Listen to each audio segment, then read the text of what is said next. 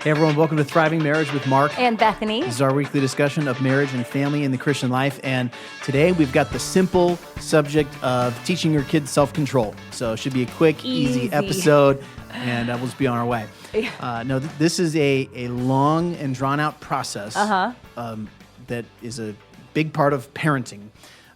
We just need to teach our kids how to be self-controlled because they don't know it naturally. No. In fact, if you think about an infant, a baby, they have zero self-control, and that's a good thing. Yeah. They cry when they're hungry. They cry when they need something. They cry for no reason. We don't know. No. They have no restraint. Right. And they learn restraint and control over their faculties as they get older. Right. So it is something that they have to learn. Yeah. Because they don't know it right from the start. Right. And this is something that we need to help them to learn. Mm-hmm.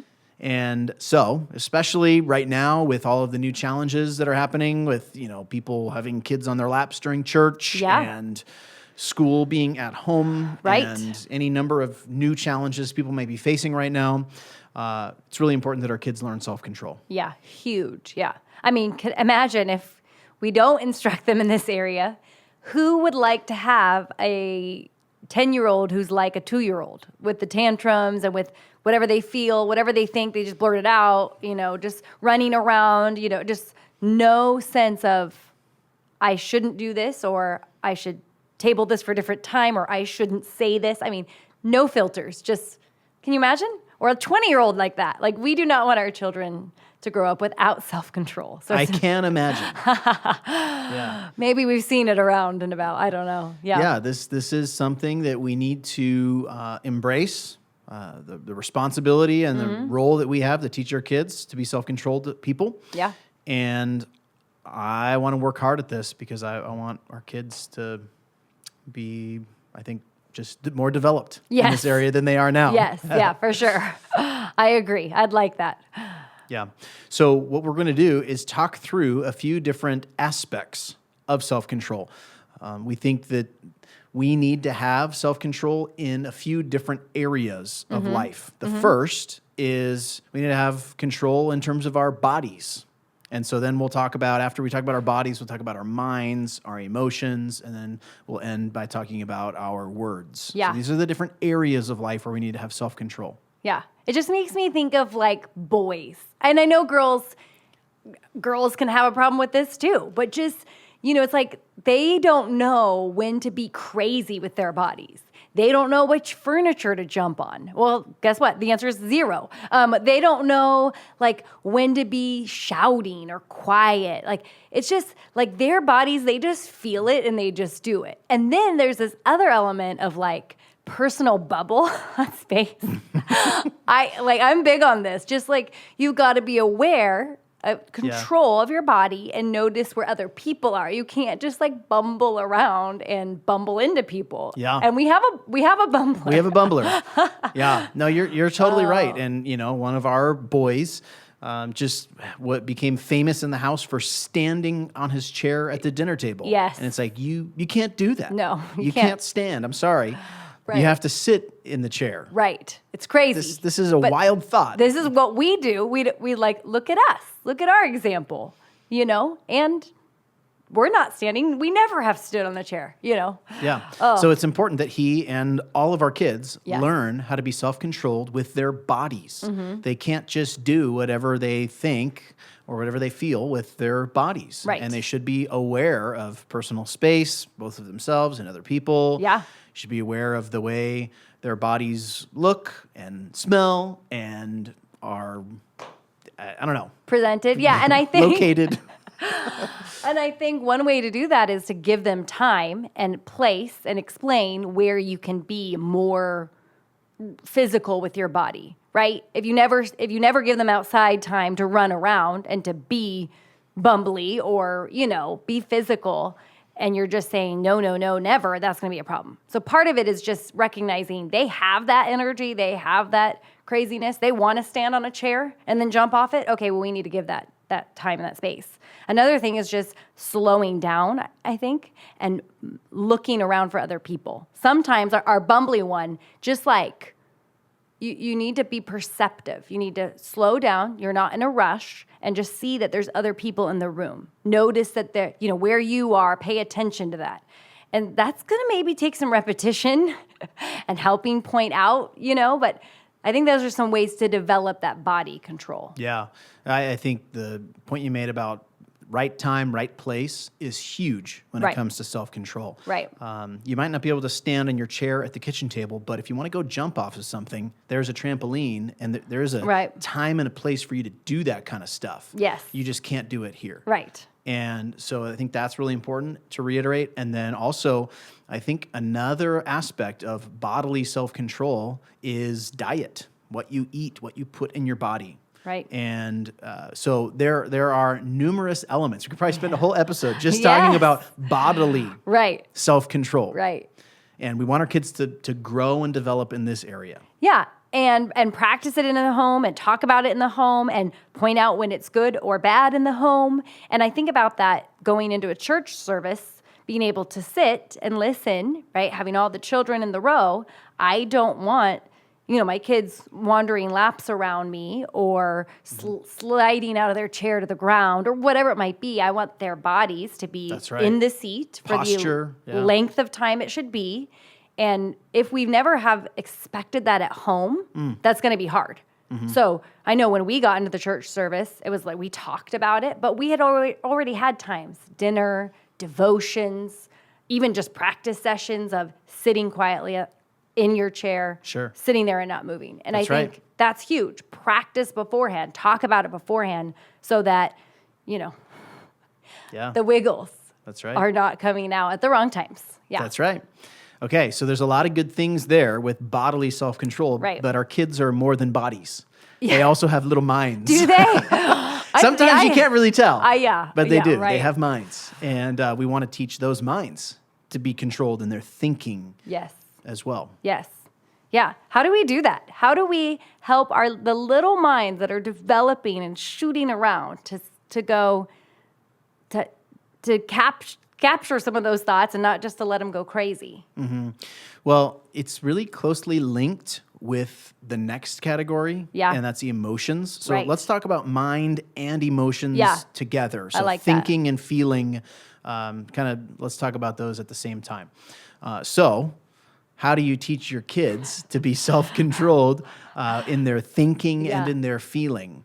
And I think, it involves first having conversations that involve logic with our kids. Yes. And having conversations that involve sympathy and compassion with our kids. Totally. Yeah. Yeah, I think that's great. You're really good at explaining why something can't be or can be, and then also hearing them out because they do have so many emotions and feelings, and saying, okay, now let's sort through those things. So a lot of that just takes the time as a parent to slow down and have those conversations and say, I see you're struggling, you're just crying and you're on the ground or whatever it might be. What's going on in your mind? What are you thinking? Why are you there? And then what's happening in your feelings too, trying to get to both and unearth those. Sometimes it's really obvious. Sometimes you have to dig a little, and different kids of ours, one we need to dig a little more than others too. Mm-hmm. Yeah, and I think overall, the message that we keep reinforcing with our kids is you can't just do whatever you think, and you can't just do whatever you feel.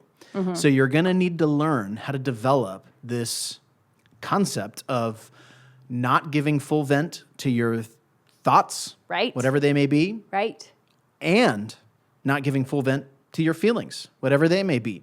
You may think that you're 100% right. You may feel really strongly about something, but that doesn't mean it's the right thing and that you should just run with it.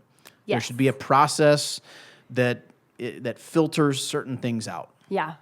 And we do talk about that with our kids, specifically one who has a very emotional up and down response. I don't know where this kid gets it from. It's must be a grandparent or something, not a parent, right? Definitely not. Neither one of us are that way, but just has a lot of highs and lows and can use those feelings as just wants to fully vent them, I guess. Okay, I'm sad. I should just cry. Not even cry. I should sob over this one thing. And we talk a lot about, okay, when is the right time to cry and sob? We've talked about that. And when are you supposed to just kind of think through that and say, I need to get a deep breath. I need to talk to my mom about it, or I need to be calm and figure out the plan, figure out the next step, rather than just melt. I don't want someone to just melt into their emotions. That's right. Yeah. I mean, this is a conversation that we have regularly in our house, because we have one that, this child might stub a pinky toe and upstairs, and I'm downstairs, and it sounds like her leg got bit off by a dragon.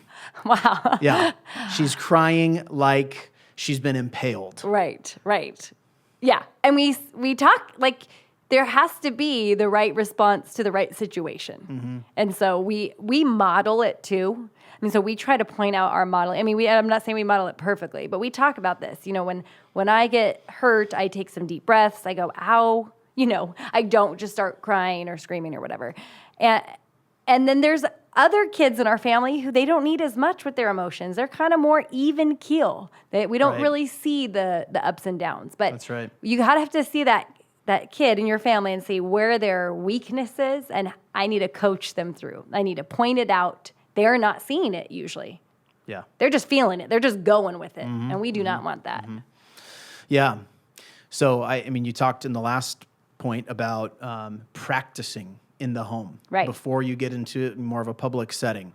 And we did this just the other day. We practiced self-control with kids going upstairs by themselves and coming back down. They're scared. Because it's turned into a challenging thing. Right. And so we all sat down, all 6 of us in the family room, and we took turns, and we commissioned the kids, all right, go upstairs, go into your room, shut the door, count to 10, walk back down the stairs. Right. And when they come back down the stairs, we're cheering for them, we're excited clapping, for them. We're teaching them and equipping them to develop a little bit of self-control to be able to do certain tasks like that. Right. And that really, we talked about it. It came back to fear and not trusting us, right? With this training session, specifically, you're talking about, you're not trusting us that the upstairs is a safe place for us to send you, to go up to your room by yourself. You need to trust us, and you need to not be just so fearful and allow whatever fearful feelings to just come out. So you need to be able to control that fear and to tell yourself, this is safe, I'm okay, I can trust my parents, and let me do that. And so it's the practice, it's the example, it's the modeling, it's the having them do it again and point it out when they haven't done it well. And I think that's a big part too. I didn't see you have self-control in that issue, in that situation. Yep. How could you have had self-control? Or I'll say, do it again with self-control. Boom. You're not getting that emotional collectiveness. You're just going for it, and now, okay, try that again. And that's so good for them to keep stopping and repeating and doing it the right way. That's right. So, all right. The 4th category that we need to learn self-control is in the area of our words. Yes. And that's something that we need to teach our kids too. Yes. Can't say whatever you think. You can't verbalize every thought or feeling you have. You need a verbal filter as well. Right. Yeah. Yeah. So how do you teach kids that? It makes me think that? of like social media. Some adults potentially need some help Need a filter. with the filter. Yeah. It's just put on your filters, people. Yeah. Well, just because the words come to my mouth, it doesn't mean they should be spoken. Yeah. And we talk a lot about that with interacting with siblings. What a great training ground for being able to voice what you are thinking or what you would like or what solution to the problem of the toy sharing thing that comes up. How can you say it the right way? And so that often is just stopped when we hear it wrong. Give me that toy, you know. I give it to me, whatever it might be. And we say, oh, that was not self-control. You need to stop and think about. That's right. May I please have the toy? And of course, that's politeness as well. A lot of other things are mixed in, but we want them to see that just because it's there on the tip of their tongue, they shouldn't blurt it out. There's right ways to say things, and there's wrong ways to say things. Yeah. And there are some things that you just shouldn't say. Yeah. And you know what else is big? What? Interrupting. Interrupting. Let me just slow that down. Do our kids struggle with interrupting? I don't know what you're talking about. It's just like someone's talking and they just blah, blah. I know. I'm hungry. And you go, wait, what? I'm in the know. middle of a conversation with dad. I'm on the phone or whatever it is. Yeah. That is self-control. And it's really cool because one of our children has had this habit of just asking me questions at like the worst time. Mm-hmm. Someone's crying, there's a potty accident, whatever. It's like, hey, can I do this? It's like, not right now. And so I have seen this child walk up to me and go, wait, this isn't a good time. And walk Nice. away. Yeah. And it's like, Yeah. yes, we've talked about that. Just Right. because you have a question, just because you want to say something, don't interrupt me or notice what's going on. Have the self-control to say, I'm going to wait 2 minutes, These are the same kids that you see at church, like pulling on an arm, like mom, Yeah. mom, while you're having a conversation with an adult. Yes. And so it's like all of these are indicators that, you know what, your kid needs to learn self-control. Totally. In their words. Join the rest of us, right? Yeah, Every right. parent, we need to take up this responsibility of teaching our kids Yeah. how to be controlled in Yeah. the area of their words and thoughts and bodies. And it's interesting, as soon as we feel like I'll see the growth, and even we'll talk about it, I really see, then there can be a time where we've got to remind them about interrupting again. It's like, it's just a continuous path of coming back to it, reiterating it, being consistent. Yeah, and as soon as you have some breakthroughs with their bodily self-control, they like get into word issues, and Right. the problem just changes for them, and so it's a moving target, really. Yes. But one to identify and one to work on for sure. Yeah, it's great. Cool. All right, well, thank you so much for joining us, and we will talk to you next time. Hey, see ya.